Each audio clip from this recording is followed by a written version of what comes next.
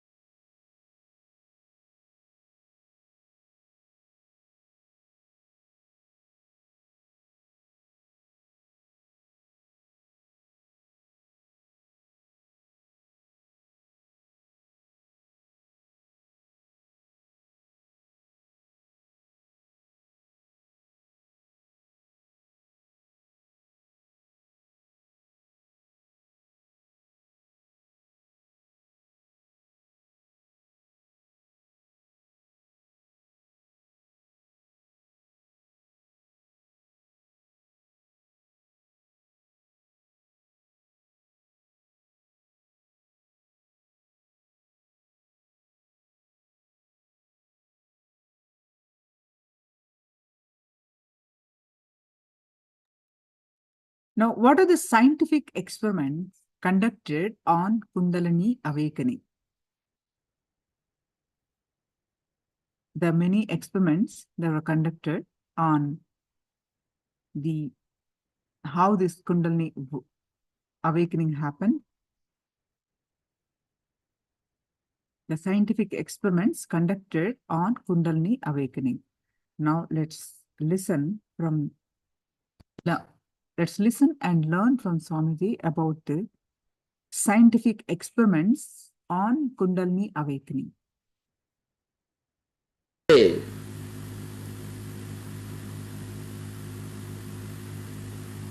My today's message is Kundalini awakening and its direct benefits in your body, mind and consciousness.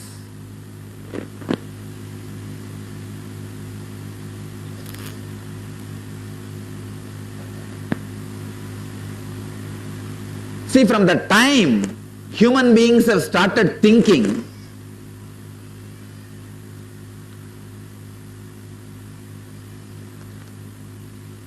human beings suspected that they have more energy, intelligence than they are able to express in everyday life.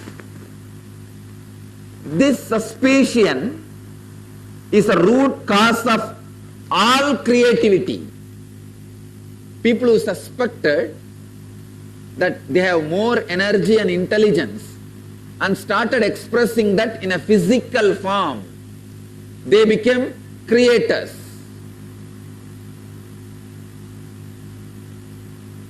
I can give you hundreds of examples. People who constructed these huge stone temples in South India, huge buildings all over the world, all of them expressed that inner potential energy in a physical form, and there are some who express that in artistic form. I can say a great painting, a great poetry.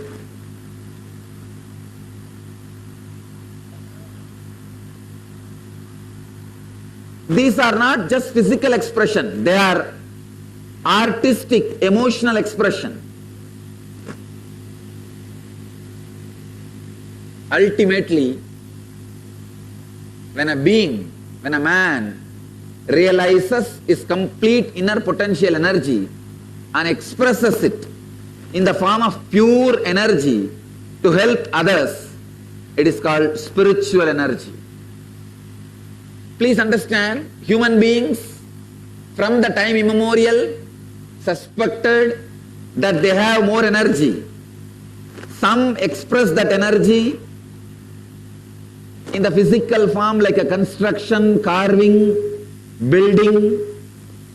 Some express that energy in the form of poetry, painting, dance, art.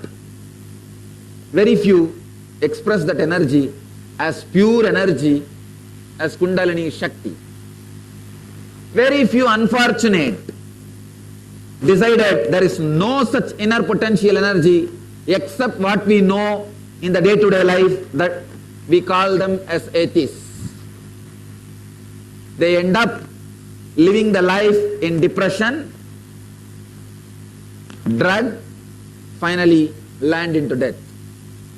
I can say, when you do not even suspect that you have something more than what meets the eye, your life will be dull.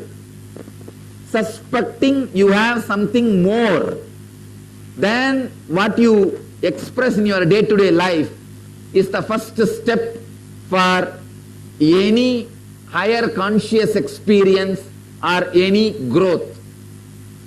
Any growth in any line, in any level, whether your growth is related to ordinary physical wealth or the extraordinary inner wealth, the first thing necessity is suspecting I may be having something more than what my parents have taught me, what my society has made me to believe. When that suspicion is confirmed by one or two of your actions, then your seeking starts. And the proper methods and techniques which were created by the enlightened beings to awaken your inner potential energy is what we call yoga and dhyana, meditation. So the extraordinary inner potential energy which you have, only I call as Kundalini Shakti. Thousands of years before, our great masters like Patanjali, father of yoga, Shiva, the father of all great philosophies like Vedanta, all these great masters have very clearly expressed a powerful techniques and methods to awaken the Kundalini Shakti, extraordinary inner potential energy. One of the important methods to awaken that energy is initiation, means diksha by the enlightened master. Please understand, when an enlightened being whose Kundalini is awakened by his guru touches you, blesses you, transmits his energy, sometimes not even touching, just by a hand movement, just by a look. When the energy gets awakened in your system,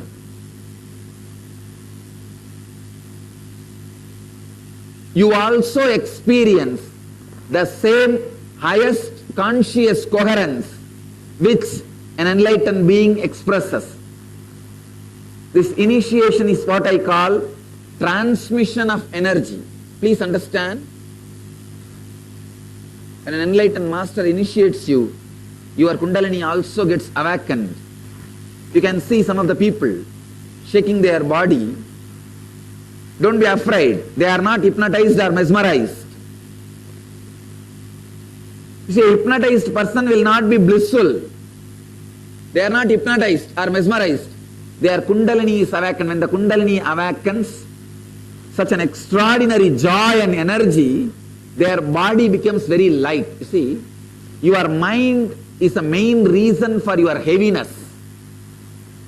When your mind becomes light, your body automatically starts levitating. It is not hypnotism, it is not mesmerism. A mesmerized person will not have high awareness.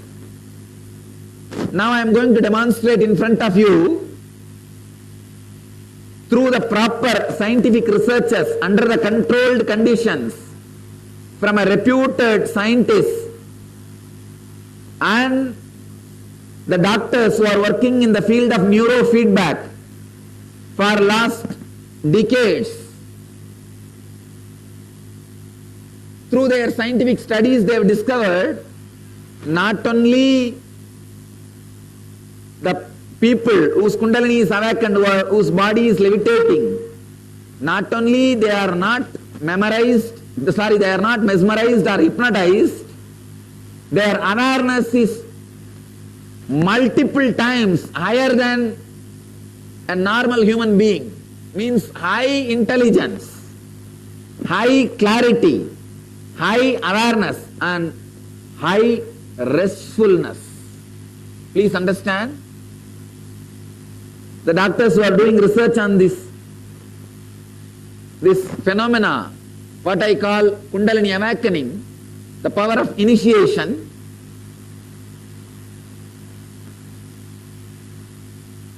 they were shocked to see even in the waking state they are in such a deep restful awareness. One side, if you see their peace, it's almost like a deeper than the deep sleep. Other side, if you see their awareness, multiple times higher than the waking state. This is what Patanjali calls Jakrat Sushupti, awakened sleep. I can say, translate in a beautiful word, restful awareness. In Sanskrit we call Turiya. The state is called Turiya, the fourth state. See, there are three states: waking state, dream state, deep sleep state. All these three, all of you know. But this fourth state, Turiya, Kundalini awakened state, only a meditator or who is initiated by an enlightened being, only they know the joy and bliss and intelligence and experience of this state.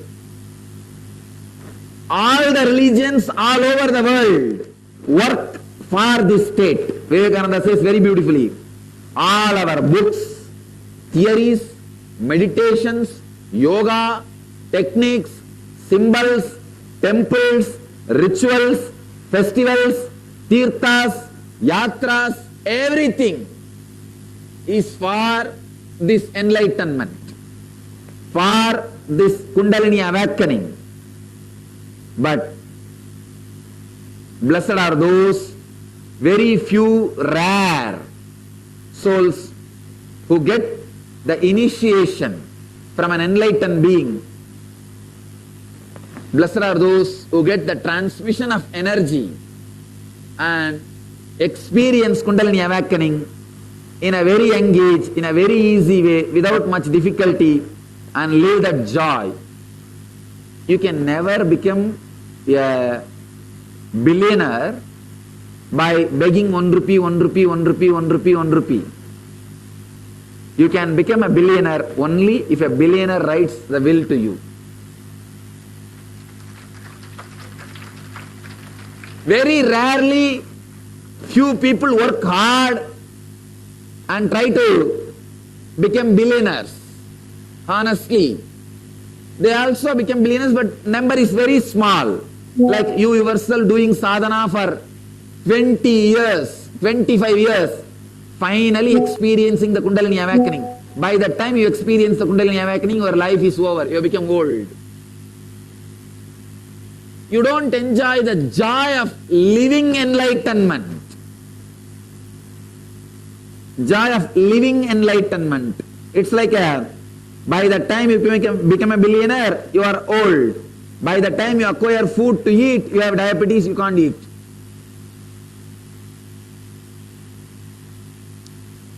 There are some people who grab others' wealth, swindle others' wealth, and become rich very quickly. But unfortunately, in the inner world, you cannot grab. Only in the outer world wealth you can steal. Inner world wealth you cannot grab or steal. inner world wealth can be experienced only by you experiencing through meditation and proper technique or an enlightened master initiating you.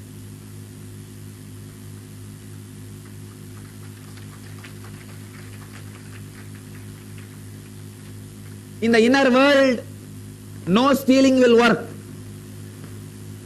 See, competition is one thing. In the outer world also, competition is okay, nothing wrong. But not grabbing the neck of people, biting and sucking the blood, completely destroying the enemies, destroying the competitors is not the right way of life. It is a demonic way of life.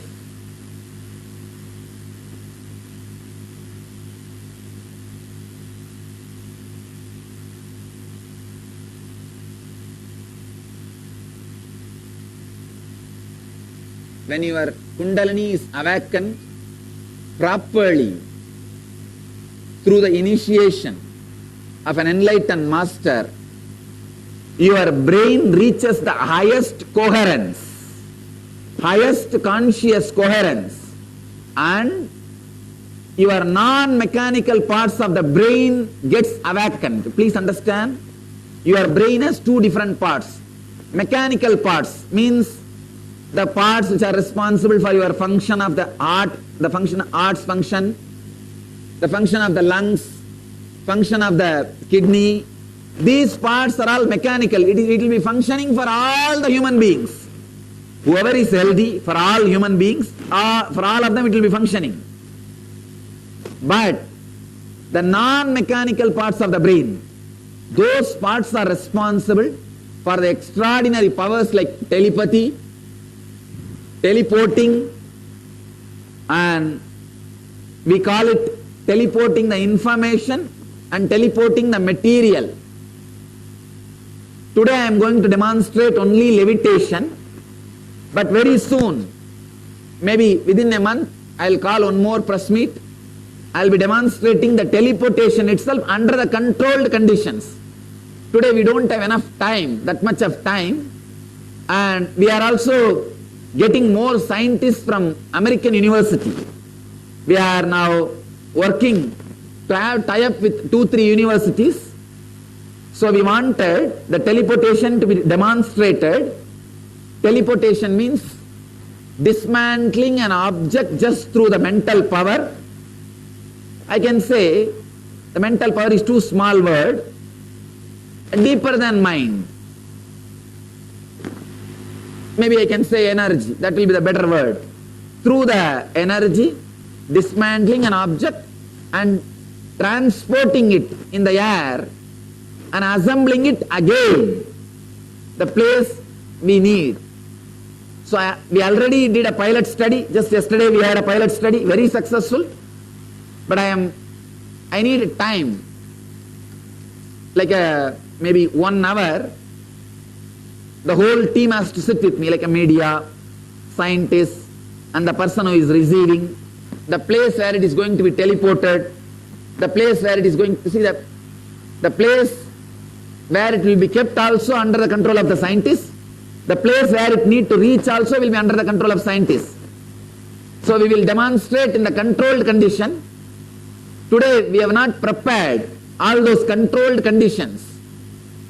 Of course, if you just want to see casually, you can see. Just now I teleported a Rudraksha to woman, diamond to woman, you could have seen, they were live. But I do not want to say this as my presentation. I wanted to present only in a controlled condition. When I present it to media, I wanted all the questions of the media to be answered before they have question. Because I wanted this science to be respected, not to be made fun.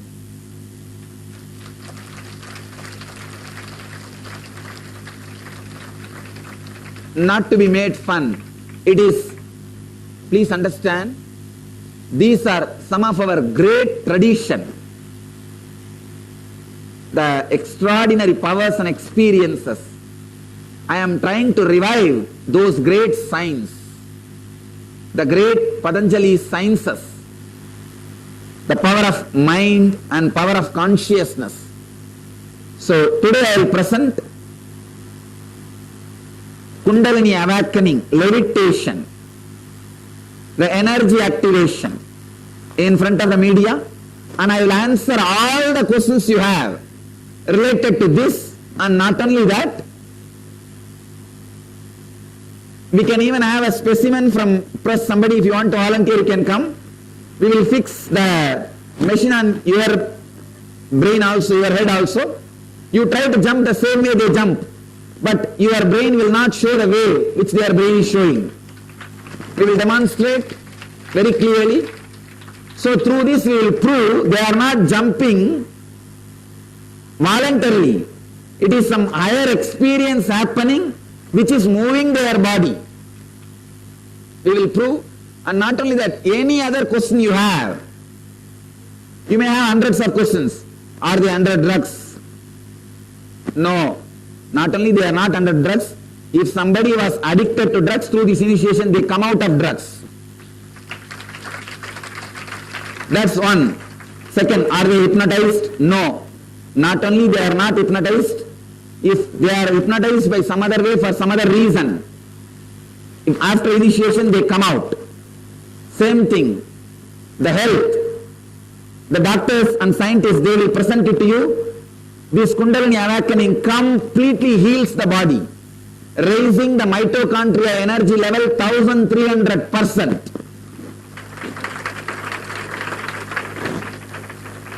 See, all available medicines, drugs, therapies, exercise, everything can raise the mitochondria cell energy only 40%, not more than that. Mitochondria cell is they will describe, that is the unit, the energy unit of your body. But through this initiation, 1300% the Kundalini, the mitochondria cell energy goes up. So because of this, physical health is restored. And not only that, top 10 mental disorders like depression, insomnia, many of the disorders, I can say the first top 10 major disorders, 100% gets healed. There is no allopathy medicine which can claim 100% cure for the mental disorders. The top 10 mental disorders, whoever we test, you see, we did the scientific study on in the controlled conditions, double-blind study on many different groups. Every group, 100% people get out of this top 10 mental disorders. So directly, this Kundalini awakening heals your body and mind and raises your conscious level. For that also we have evidences. The doctors and scientists will present in front of you. Now we will enter into the scientific presentation of this Kundalini awakening, demonstration of this Kundalini awakening. Then I will answer all the questions from the media. I request media sincerely, please ask all your questions now. I will answer. And if you have any doubt, I will answer. But do not disrespect in any way this system, this science. That's my humble request. Because last time, without getting my answers, one or two channels disrespected this science, which was really hurting. I will answer all your questions. I am here to answer. Till the last question is there, I will be here and answer all the questions. So now we will go for the demonstration. After the demonstration, I will answer your questions. Then we have some of our music CD and unique incense, jasmine flavor incense, which the recipe is created by me. We will be releasing that incense also. With some of, Karnataka is very famous for sandal and sandal-based incense and all that.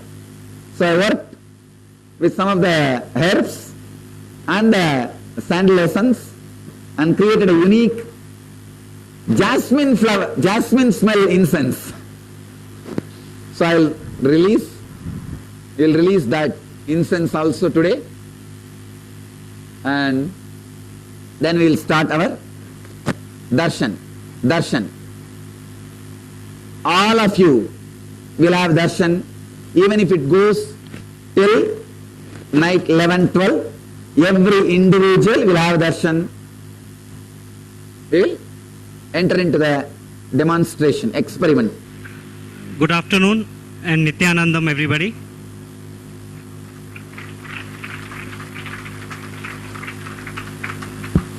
Today what we will be doing is we have placed, you can see the caps on the head of one of the participants. This is the QEEG cap, which is a surface electrode, and this electrode placed at strategic locations covers most of the surface of the brain. The brain actually works on electrical and chemical energy, and it is the electrical energy output that is captured by this machine. The electrical energy in a QEEG machine will capture only if at least 5 to 6 centimeters of brain area is simultaneously activated, because the energy, the voltage has to pass through the skull and through the hair up to the electrodes. So it's a fairly effective machine. What we will do first is we will show the brain waves as they are in the relaxed state with the eyes closed, and then what happens when the eyes open. Just to give you a little brief idea, there are 4 important brain waves that all of us manifest. The one with the lowest hertz is the delta wave, which we predominantly see when we are very fast asleep. The second wave, which is slightly higher in cycles per second, is called the theta waves, seen predominantly in newborn and children, and in certain other conditions which we can come to later. As soon as you open your eyes and you're awake, the alpha rhythm takes over. Alpha is an idling rhythm, just like you on your car engine and keep it idling. The idling rhythm of the brain is called alpha. And the minute you start processing information or data, it converts to beta. Beta is when focused brain activity takes place. Now you will see what happens to all these things during the initiation and energization process, which will be demonstrated in front of you. We'll first start with eyes closed and relaxed state. Please close your eyes and just relax. Just be aware of your presence and be relaxed. We can now start the process.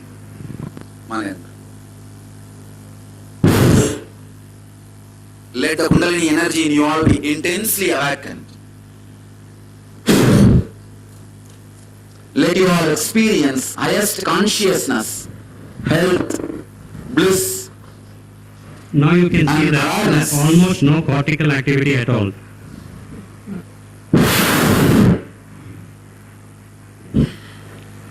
Whatever squiggly waves you are seeing at a very high rhythm are possibly generated from organs which are subcortical. We'll ask them to relax again. Relax. Yeah, we are now ready.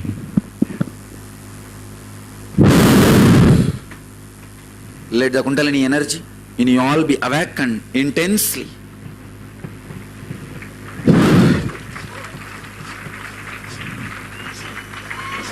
If you look at the screen, all the cortical activity appears to have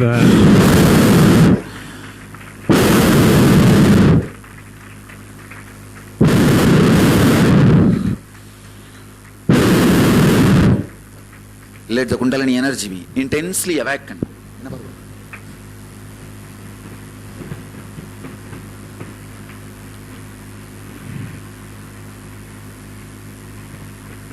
Now, effectively, they are not under their own cortical control. Some subcortical mechanism, I could probably explain to the scientists a little better, is functioning, and that's where the energy is actually driving them. Relax. Just settle down. Do you have anything to comment about the... The graph should immediately go to normal, but it's still showing us a lot of activation, a lot of high rhythms, a lot of high processing. Now this is amazing but surprising and needs to be understood more. We really don't understand, but we just see them. And just to see how it helps. See, jumping is not helping. So what helps? It should, if we are doing for something. This also explains if it is artifact, then when they are recovering, the graph should immediately go to normal. But it is still showing us a lot of activation, lot of high rhythms, lot of high processing. Now this is amazing but surprising and needs to be understood more. We really don't understand, but we just see them. And just to see how it helps. See, jumping is not helping. So what helps? It should, if we are doing for something for mankind, it should give us health, happiness, or performance, better performance. So I did some work on this participant, Ma Nirantara, yesterday did some cognitive assessment. Cognitive assessment is for how intelligent or how much brain we are using, usable brain. I did some recording day before and did the same recording after levitation yesterday. And to my surprise, we'll be showing you data after some time. It was at least improved by 20%. That's just not humanly possible. I've been in the process of training, brain training. For many years, we train ADHD children, we train depression people, many things. But certainly it is one-to-one and it takes at least 10 to 15 sessions. 10 to 15 sessions in our term means 2 months.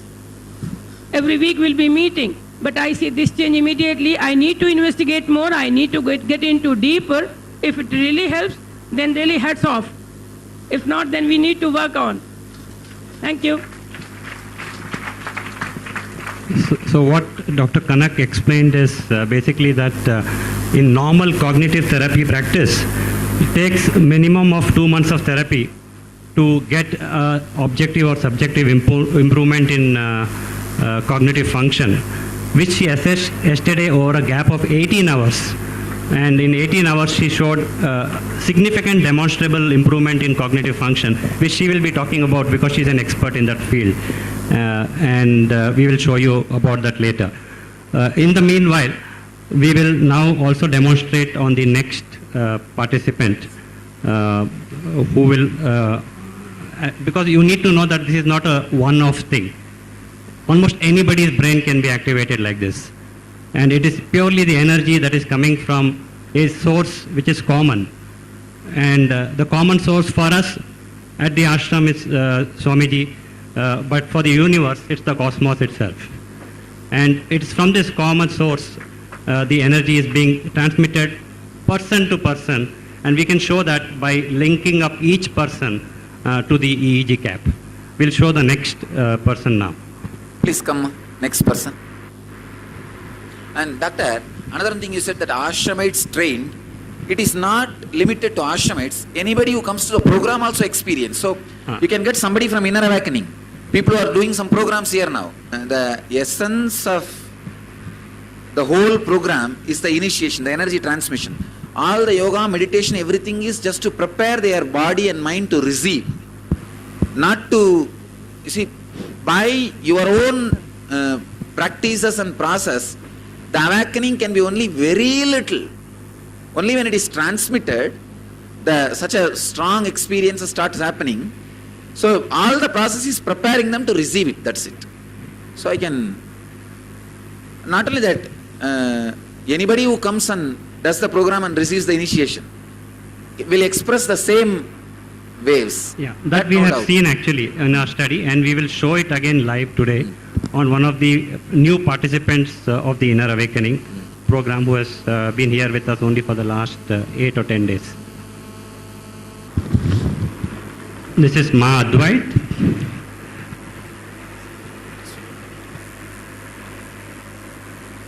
We can now activate.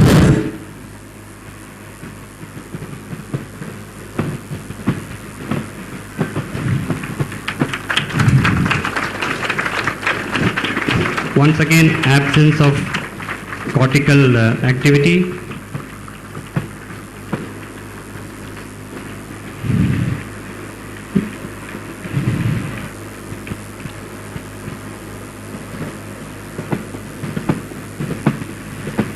Physically, for you and me, if we sit in Padmasana, it's not possible for us to jump like this at all. And if we do once, we'll never do it second time. This energy is coming from not from their voluntary system.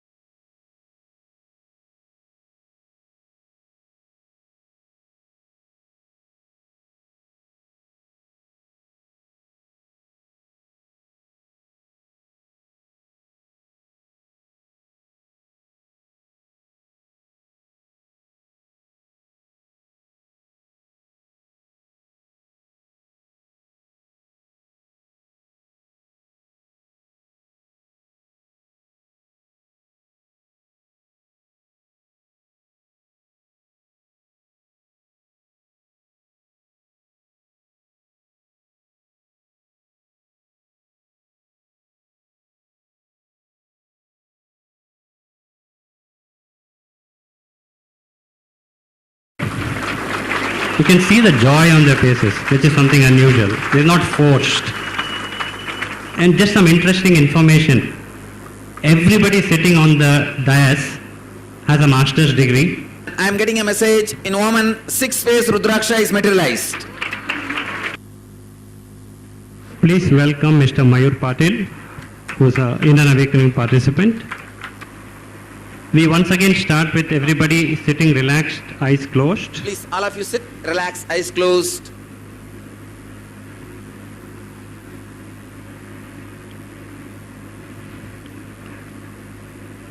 You can see that there's actually more baseline activity in this person than the previous two participants. And this is because of he is relatively new, though he's been initiated about 10 or 12 days back. We can now start activation. Look at. Let the Kundalini energy in you be intensely awakened.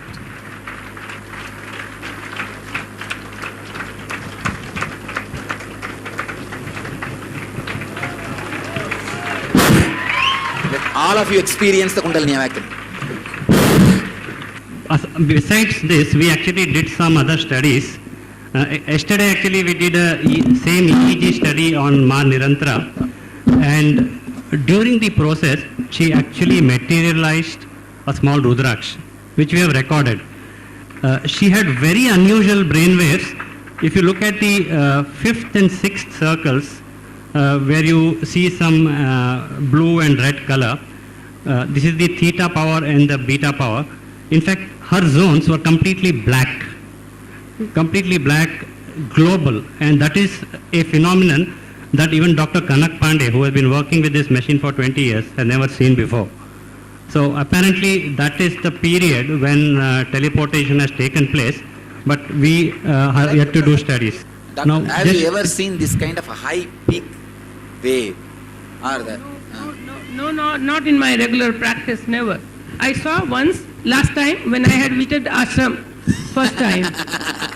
So not earlier, but here, yes. Now it's my repeat.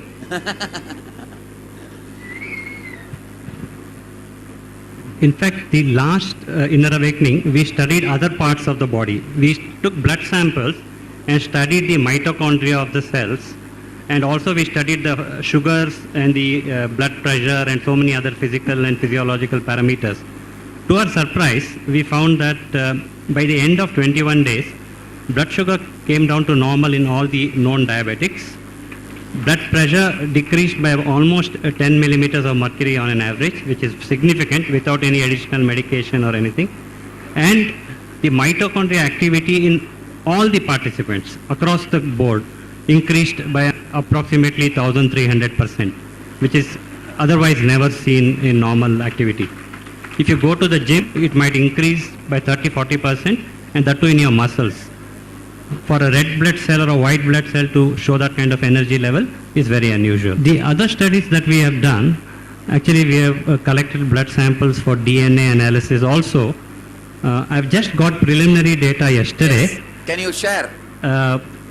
See, the human being has 25,000 to 30,000 genes, out of which normally about 10,000 are activated or what we call expressed. The remaining are not actually expressed. We took a very small sample because this is again a pilot run, and we found that 174 samples genes were expressed over and above the normal in 21 days. 174 genes, which is quite unusual. You would not find this kind of genes suddenly waking up. Now we have narrowed it down through certain analytical computerized analytical processes to 7 candidate genes which are very commonly activated in all of them. Now each of the gene has a specific function, and in the next inner awakening we are going to look at this gene only and see what it does and how it benefits you in health. For example, one gene I can tell you straight away. It's called a heat shock protein. Heat shock protein. Now, this gene was studied in flies and in bacteria earlier, and now has been studied in human beings also. Whenever a cell is subject to stress, whether it's heat or environmental stress or any other stress, in order to become normal, it creates a protein called heat shock protein.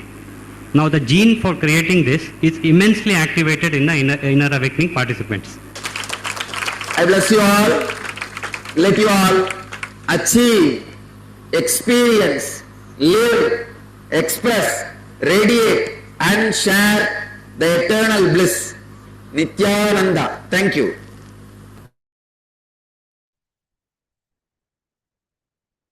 Nithyanandam, everyone.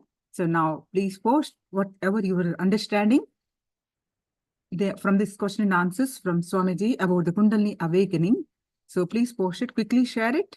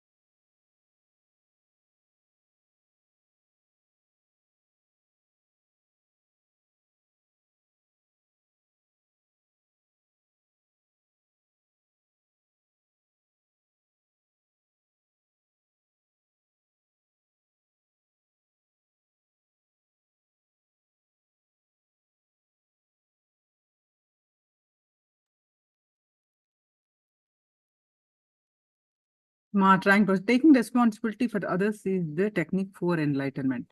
Wonderful. Yeah, so whatever is understanding, please quickly post in the chat.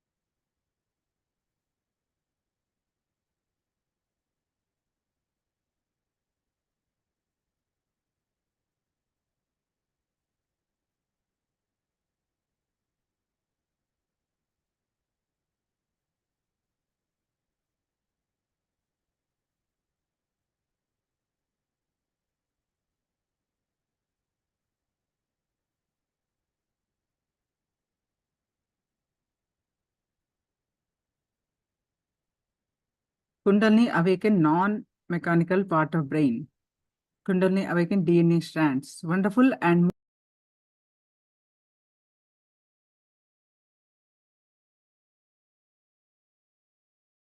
your internalization of what was the question and answers just now, and what you remember also.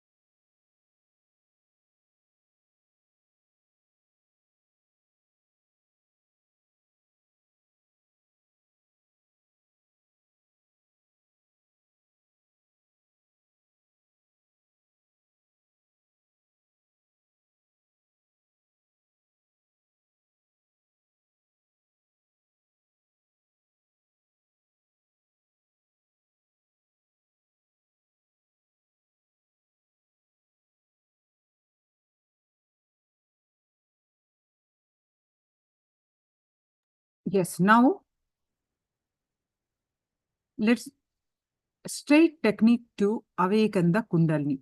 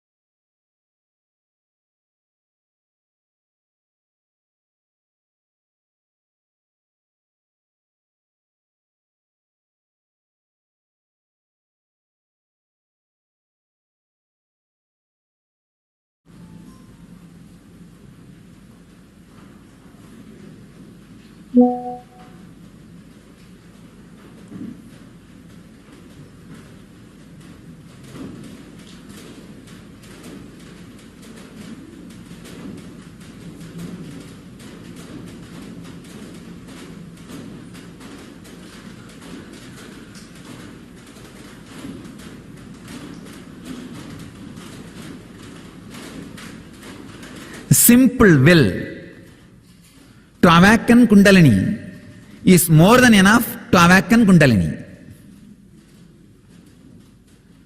Understand?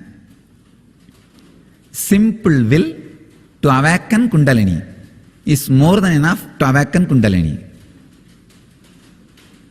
Kundalini is, after all, your own potential energy which resides in you, which can be awakened just by you.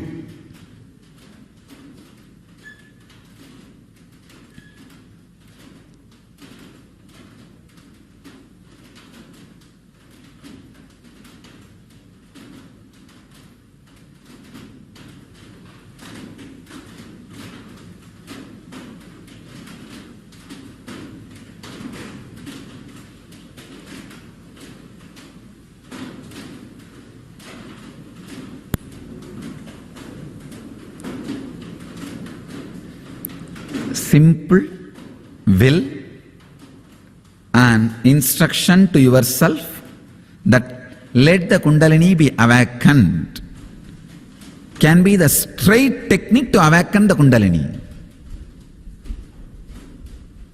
You may think, how can this be? Because you never had trust over your will. Many times your will failed in the outer world because of the clash of wills with the world. When too many wills clash, it may fail sometime. Because of the outer failure, you slowly lost trust over your very will. Understand? In the outer world or in the inner world, the will fails only when the clash of wills is there. Because you failed in the outer world will,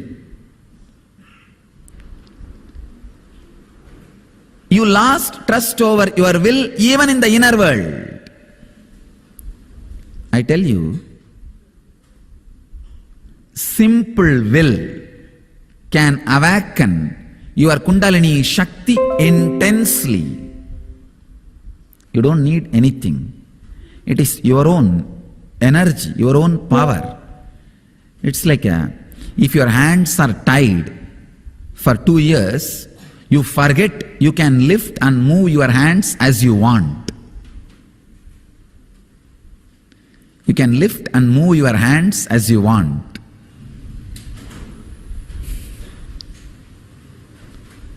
I tell you,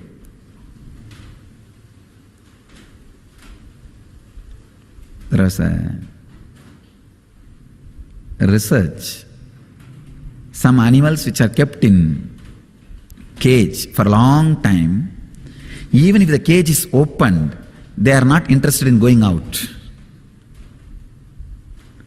because of the habit. Habit, very powerful word. If you remove the H, a bit will be there. If you remove A, bit will be there. If you remove B, it will be there. Only if you remove the I, it will die. That word itself shows the strength of the engram. Simple will is powerful enough to awaken your Kundalini.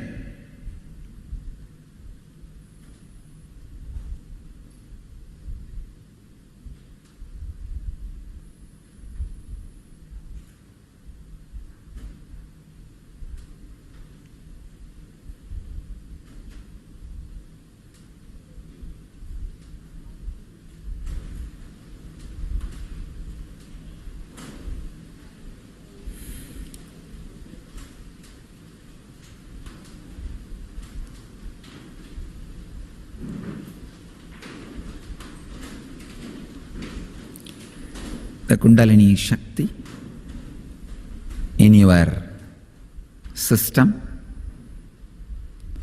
waiting to listen to you. It's not that you need to do something big. See, you need Kundalini because you don't have energy. You need to have energy to awaken Kundalini means it's just unfair. So all you need to awaken your Kundalini is simple will. Understand? In the outer world, if your will fights with too many wills, it will die. In the inner world, same thing. If your will has too many wills, it will create problem. Your will has to fight with too many wills, it will fight. It will disturb itself. So understand, even in the inner world, your will needs to be integrated. Don't have too many wills.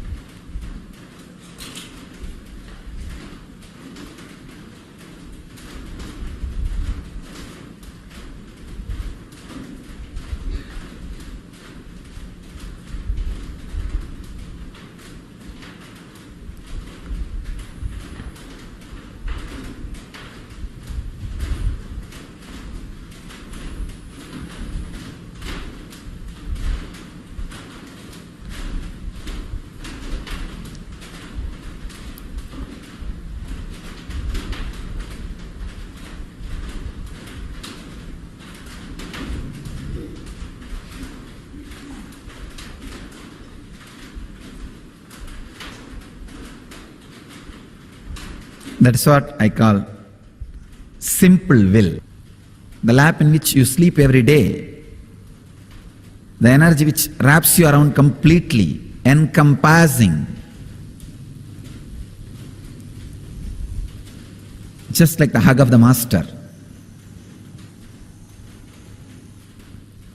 Tell your own Kundalini Shakti, be awakened, that's all.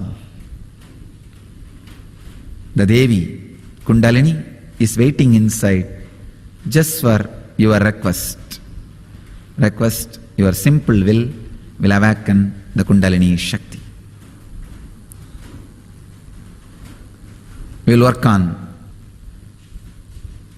awakening of the Kundalini Shakti through simple will. Let us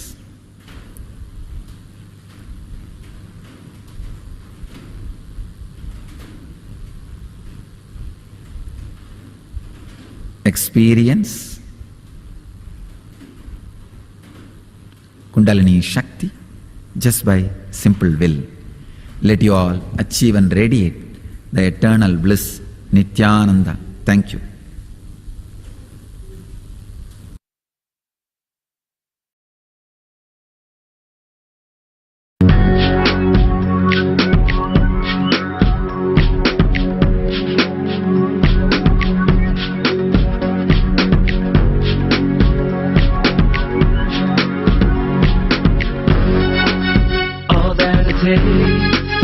All that I smell, I up to you, Swami Nithyananda.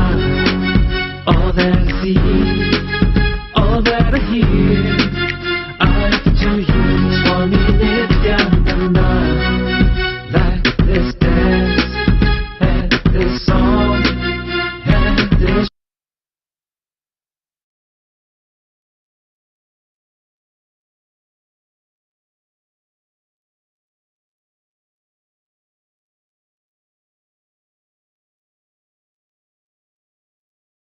Nithyananda, everyone. Now,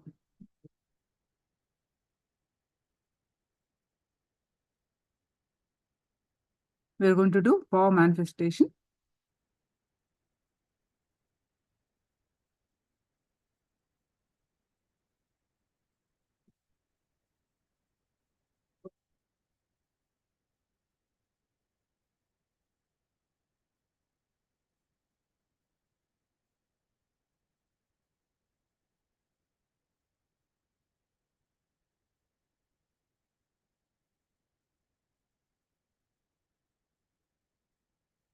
Yes.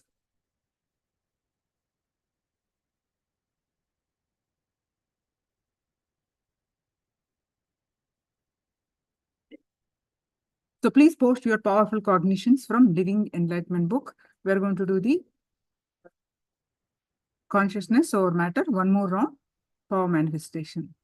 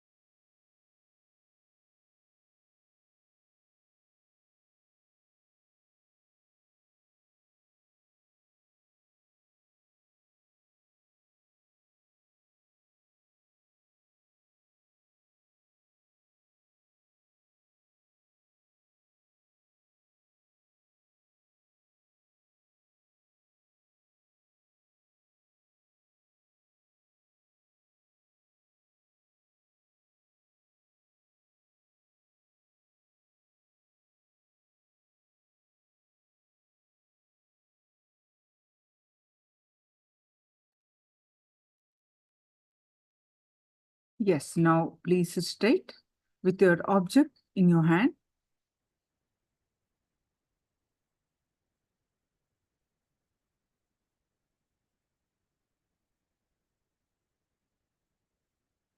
Bring your awareness to your third eye and fill your inner space with Swamiji's form. Any thoughts that are coming, let it come, let it go. You bring your attention back to your third eye again and again.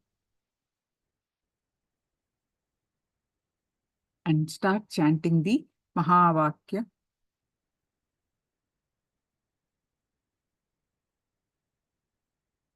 And experience the space of oneness.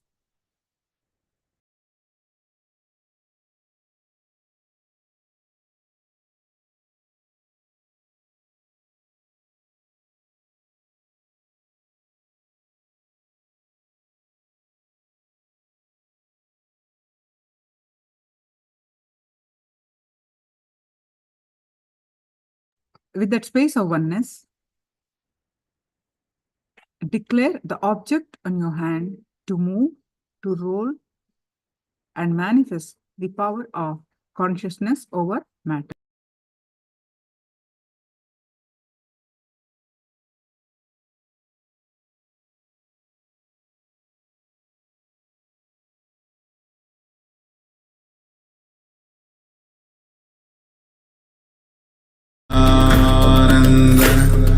Paramashivoham Om Nithyananda Paramashivoham Om Nithyananda Paramashivoham Om Nithyananda Paramashivoham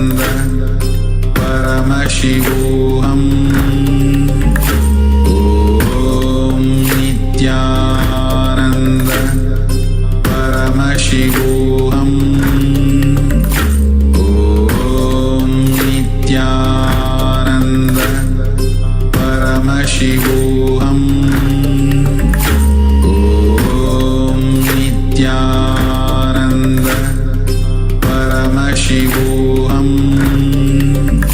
Om Nithyananda Paramashivoham Om Nithyananda Paramashivoham Om Nithyananda Paramashivoham Om Nithyananda Paramashivoham Om Nithyananda Paramashivoham Om Nithyananda Paramashivoham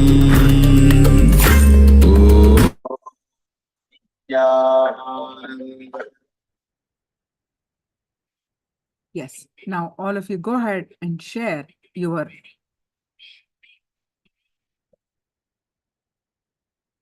power manifestation experience in the chat.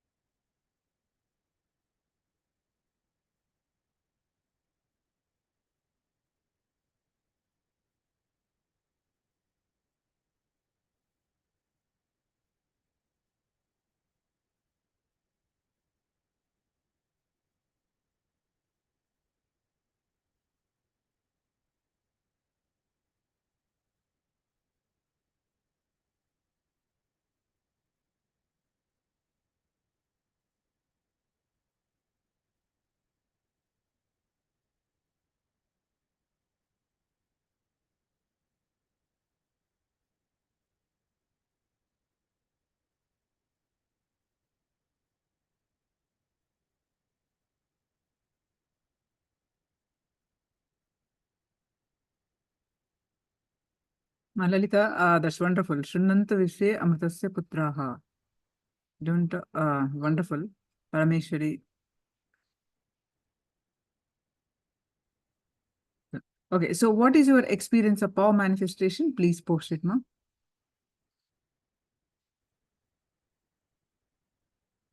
Roll the command. I said right side, like the cognition of the book. Repeat, but don't be. Wonderful.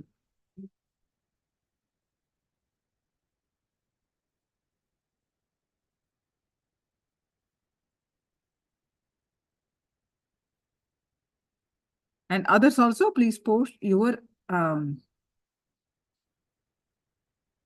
manifestation experience.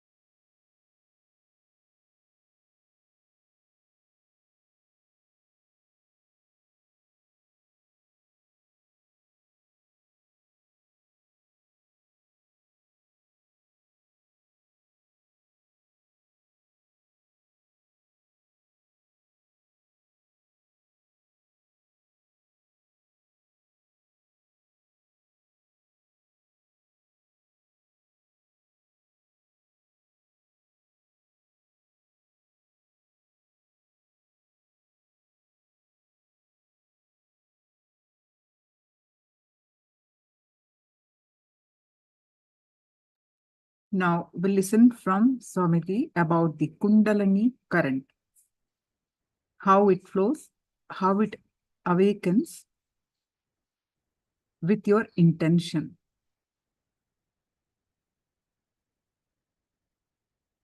Kundalini current, which can liberate you from all thought currents. I initiated all of you in Shivaratri day. I'll remind you all, I am what my intention to be. Anything other than that, physiological, psychological, neurological ups and downs are not me. Now today, few organic fertilizers to grow this thought current. Organic fertilizers to grow this Kundalini current. Thought current is too poor word. Kundalini current. For example, if I tell you, think about a beautiful river and hills, that can be called as thought current.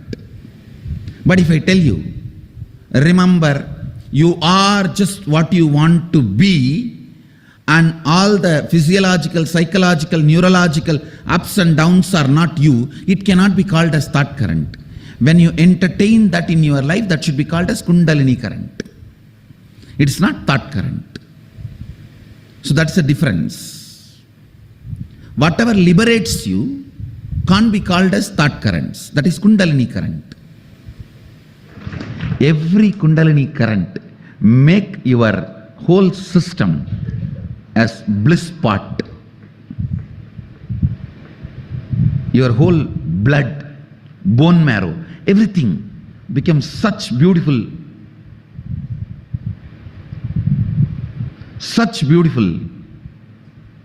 bliss overflow. What you strongly believe inside you as your fundamental right. Listen, all of us strongly believe some things as our fundamental right. That freedom should not be touched, because I go through whatever I go through which I don't want in my life just for that one thing. So all of you look into what do you think as your fundamental right. Listen, what you feel, what you believe as your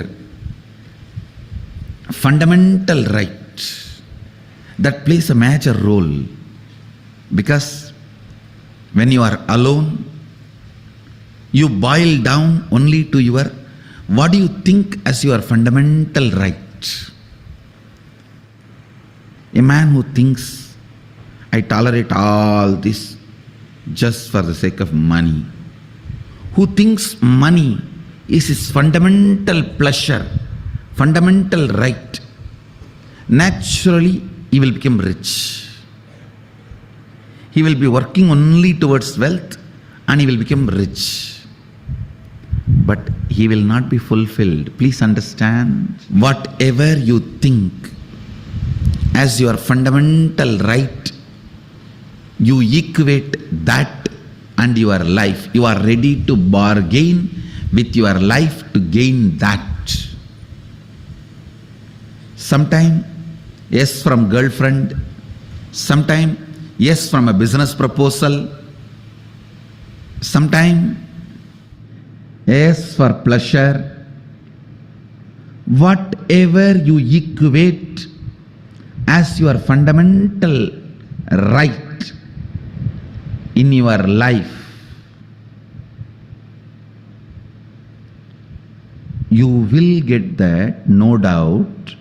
But be very clear, you will never be fulfilled by that, because actually your fundamental right is to build the bliss chemistry in you. anything other than that, you will feel you have been cheated or you wasted your life on it. There are so many things in your life which you don't like, you do it just for the sake of what you think as the fundamental pleasure of your life. Anything you think as your fundamental right, for which you go through whatever you go through in your life, whether it's money, name and fame, relationships, pleasure, you will get that. But by that very thing which you equated your life to, you will feel cheated by that. No pleasure, no money, no power, no girlfriend, even if it's Miss Universe or Miss Cosmos or Mr. Cosmos. No one can equate your life. Understand? Your fundamental right is building your own bliss chemistry, where you are independently able to fall into the joy and bliss just by your intention, your will. Ability to fall into the bliss chemistry just by your will, independent of anything else, is your fundamental right. Every child should be taught this is your fundamental right. One beauty of this Kundalini current is you don't have to do anything. Just decision is enough, because the fundamental, what you claim, believe, think as your fundamental right is the first layer thought current which diverts you from your existence as pure you into your physiological, psychological, neurological ups and downs. Listen. See, one side, your physiological, neurological, psychological ups and downs. Other side, that pure you, your intention to be Sadashiva. It can be Murugan Swami for some people, Sadashiva for some people, or whatever, for some people Nithyananda, whatever, it's up to you. But your pure intention to be is one side, and your physiological, psychological, neurological ups and downs, the other side. What actually bridges these two, what you believe as your fundamental right, that only connects this, and that is where all delusion starts. All delusion,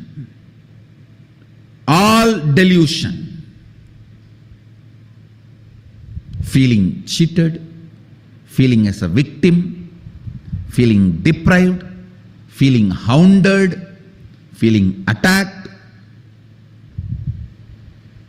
feeling not being attended enough, or feeling life is waste, or feeling within you that you are not enough, hatred towards you, all, everything. That delusion, that thought current,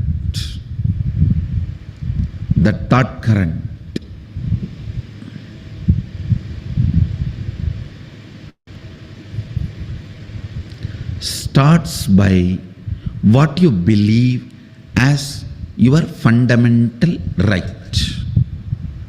Your fundamental right is to build a bliss chemistry in your system, in which you can get in, enjoy just by your will, independent of anything outside.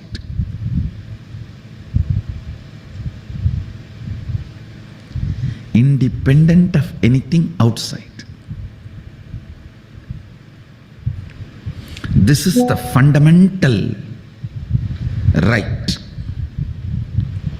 Understand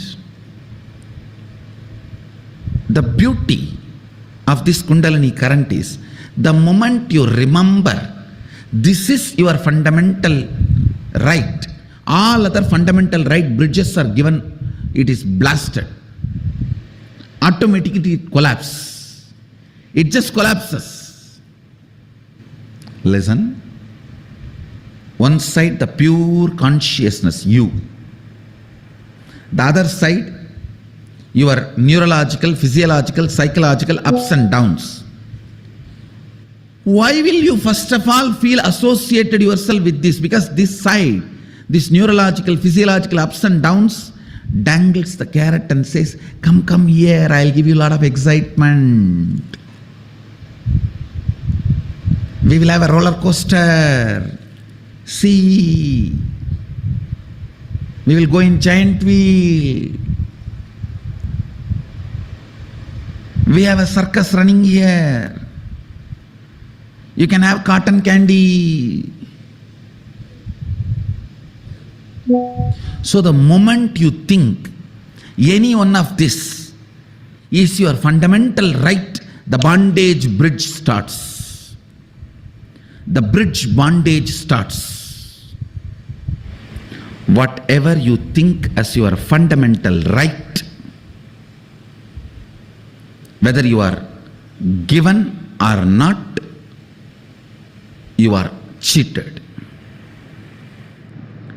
Your fundamental right is bliss chemistry, in which you can enter into just by your intention, will, independent of anything else. Independent of anything else. When you understand this, all other bridges are blasted away.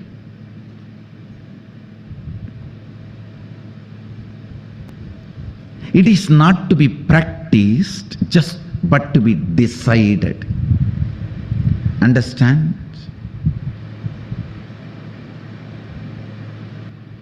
If you practice, your future will be transformed, is yogic techniques. If you practice, immediately your future will be transformed, is tantric techniques. If you decide, your past, present, future, all three will be transformed, is a Shaivite techniques.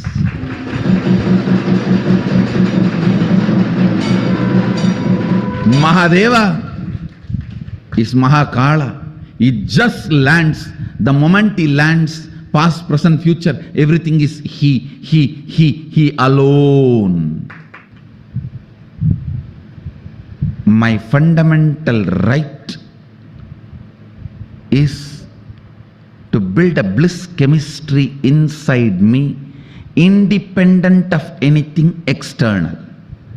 Declare this. Cherish this Kundalini current. Cherish this decision.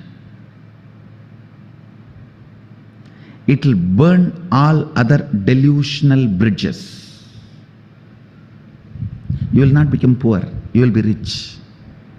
You will have more pleasure, more beautiful things in your life. All that independent of the slavery you experience with that. Listen. All that independent of the slavery you experience with those external items. I tell you, be blissful because you are Mahadeva, not because you got yes for some your proposal in your relationship or business deal. Be blissful because you are Mahadeva. I am blissful because I am Mahadeva. Consciously, the reason you chose the reason you choose to be blissful builds your bliss chemistry. You don't need to worry about the unconscious reasons which makes you joyful. The moment money comes, you will be joyful. The moment you get yes from your proposal from boyfriend or girlfriend, you will be joyful. The moment you get yes from a business proposal, you will be joyful. Those are all unconscious joys. You don't need to have guilt about them. You don't need to worry about them. Consciously you build the bliss chemistry. I am joyful because I am Mahadeva. I am my intention to be. This consciously deciding to be joyful because your intention to be is building bliss chemistry in you, independent of anything external.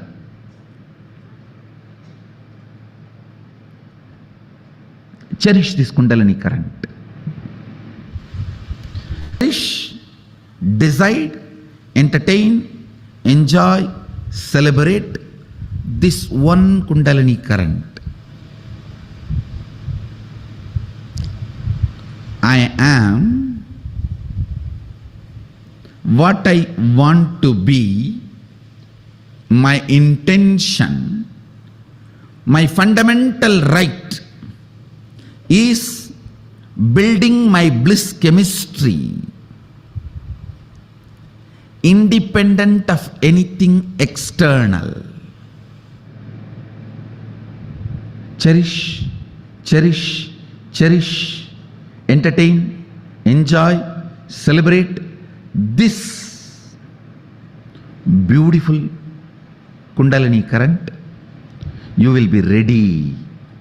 You will be ready for more mystical powers in Kumbh Mela, to receive in Kumbh Mela. Be blissful because you are what your intention to be. Your physiological, psychological, neurological ups and downs are not you. Neither down nor up. Both are not you. It is not that you will not enjoy if you know the ups are not you. Not that you will not enjoy. You will enjoy independently, freely, without the side effect of down. The side effect of up is down. Without the side effect of down, you will be celebrating. Because whether up comes or goes, you know you are not up. When you know you are not ups and downs, don't worry that ups will be taken away from you. Only the downs disappear. Ups become your natural flow of existence. When you don't care, you go higher than ups and downs. Higher than ups and downs means up, up, up, up, up, up, up, up. Any small thing you will enjoy. There won't be any requirement for something big for you to fall into your bliss chemistry. You are a teddy bear soaked in honey.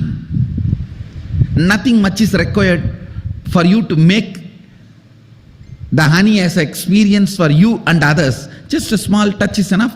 You will also be enjoying the sweet and you will share that with others.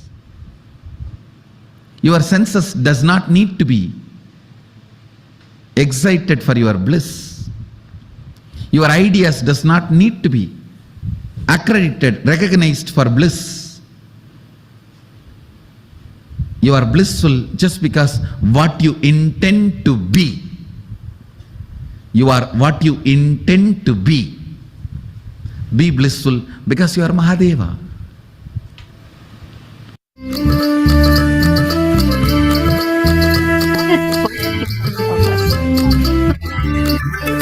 cognitions. What are those 3 cognitions? 3 key things that you need to remember.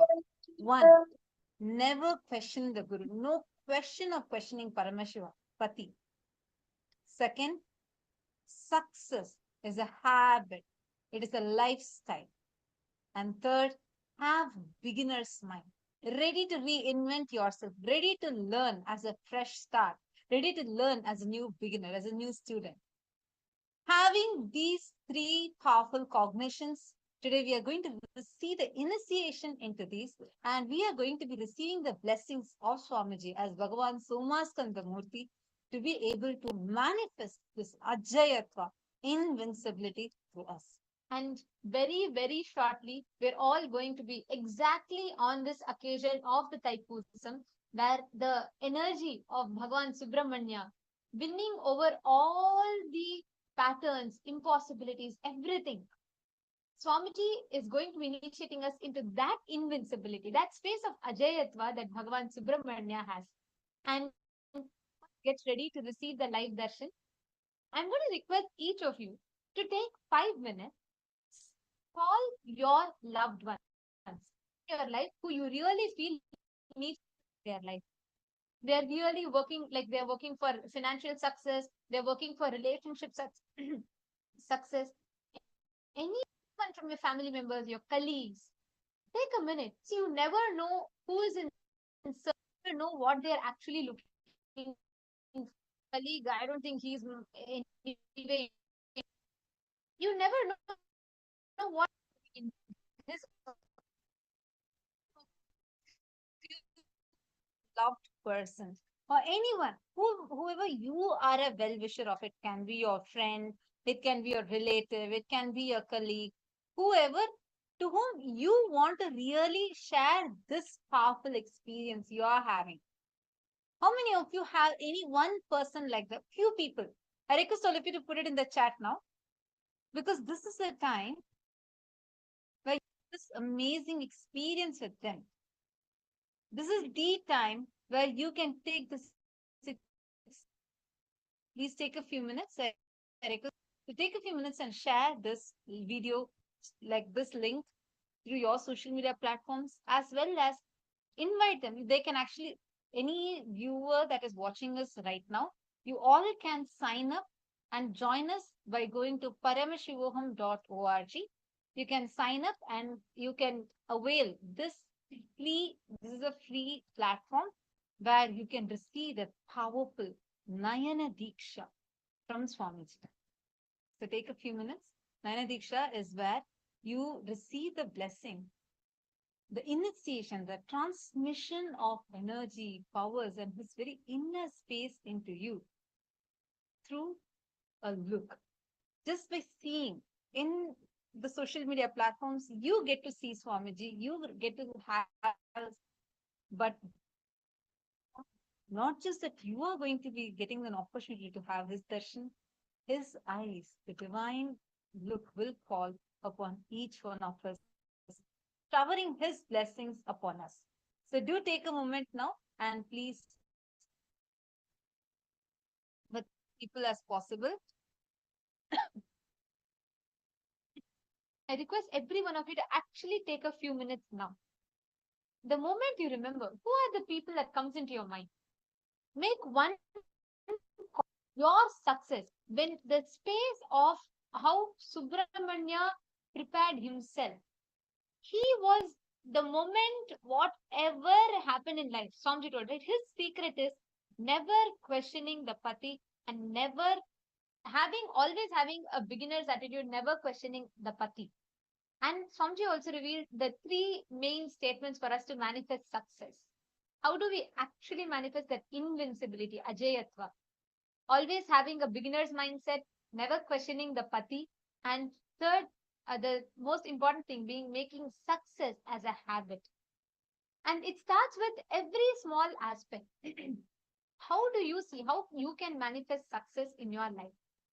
Take responsibility to share that with 5 people, your loved ones, your near and dear ones. Give them this experience so they too can manifest, they too can taste this success in their life. I request all the participants, take a few minutes and do this now. Now, as all of you are sharing this, we are going to be entering into a very important process for today. We are going to be preparing the Subramanya Yantra. Actually, today, since it's Thaipusam, we are going to be having a lot of special initiations.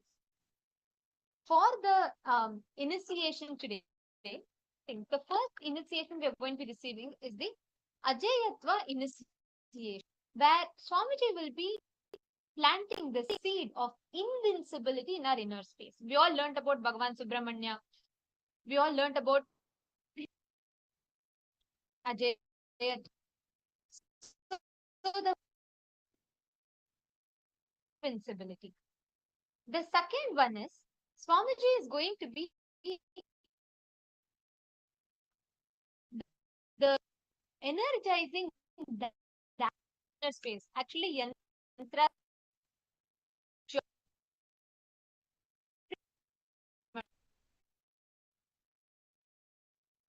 um,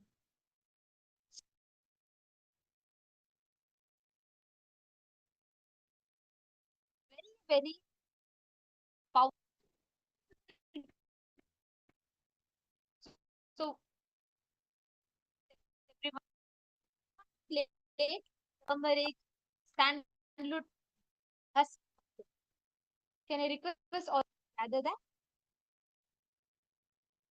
In a small plate, it should either it could be turmeric or bhasma or kumkum or sandalwood powder. We will be guiding you all through how you can draw the mandala, the yantra, and you will be getting that energized. Swamiji will be energizing that, infusing life energy, his own bioenergy into powders that you keep, and they will as the and they will be holding the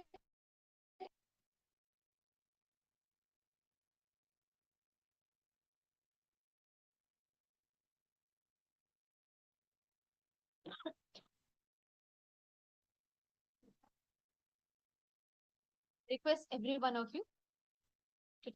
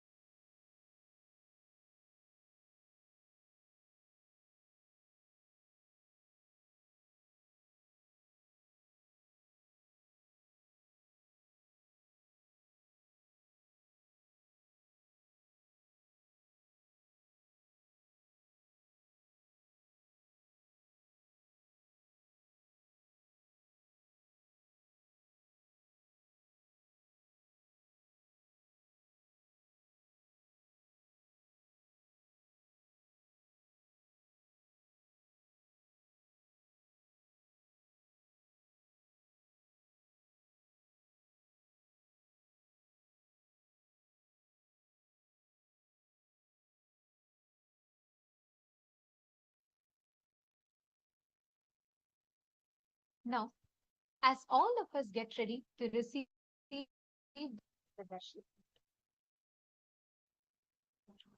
experiencing today, Swamiji will be infusing his own inner, our inner space. He's going to be literally manifesting that secret of into us. In addition to this, we are going to be receiving Somaskandamurti is actually the main deity of Somaskandamurti is in the place called Thiruvaru. It is in the main temple, and there the deity has a unique dance. Swamiji beautifully that dance represents the awakening and the churning of the Kundalini. Today we are going to be having the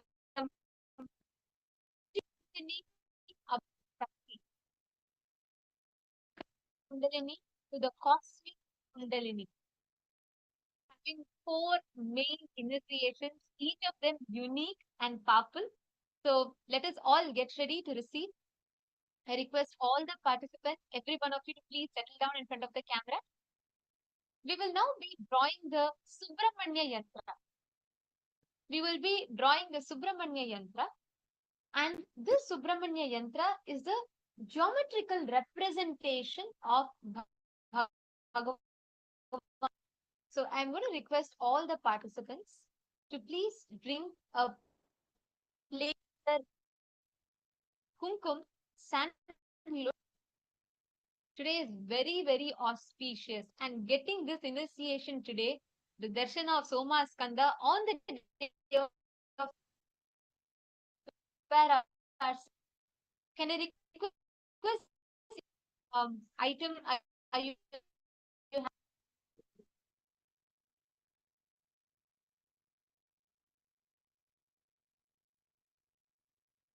I request each of you to post in the chat. If you have kumkum, bhasma, or turmeric, sandalwood powder, we request all of you to please bring that and plate of it. Keep camera, giving the darshan, sing the yantra.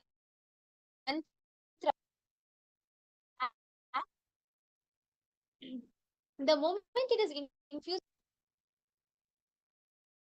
that's like a energy, which means every time you apply it, they transmit that energy and that experience to you.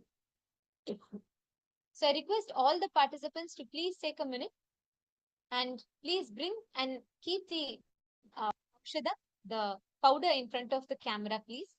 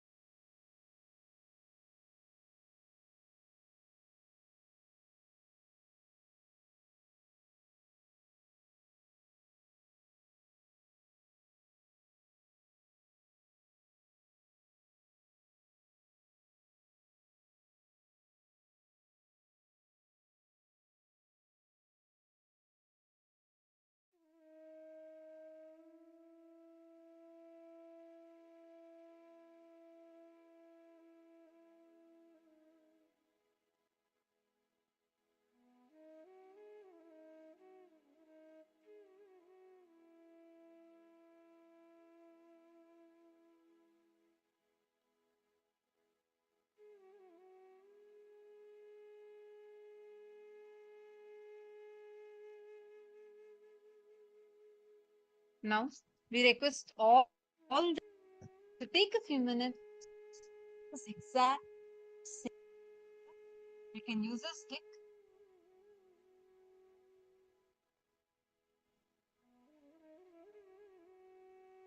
Please take a few minutes. Let draw this. And once you have drawn, please let us know that you can post in the chat that you have finished drawing the yantras. I request all of you to take a few minutes for this.